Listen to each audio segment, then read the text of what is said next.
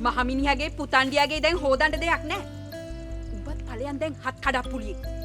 මේ දෙන්නව පාලනය කරගන්න මට කකුල් මාට්ටු දෙන්නම හරියද? යකෝ. පිරිමි. හොව්. පිරිමිනේ. කහ වතුරෙන් නවල ගෙට ගත්තත් සුද්දයිනේ. නේ?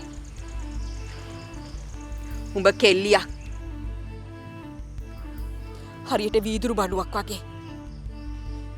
බිඳුනොත් විසික් කරලා දානවා මිසක් වෙන කරන්න දෙයක් නැහැ. බලමුකෝ. තාම ජීවත් වෙනවා. මොකද්ද කිව්වේ?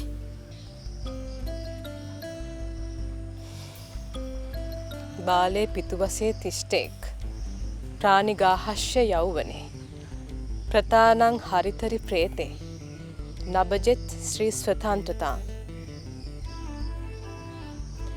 බාල කාලේ පියා යටතේත් තරුණ කාලේ සැමියා යටතේත් වයසට යනකොට වැඩිමල් පුතා යටතේත් ගෑණිය සිටිය යුතුයි.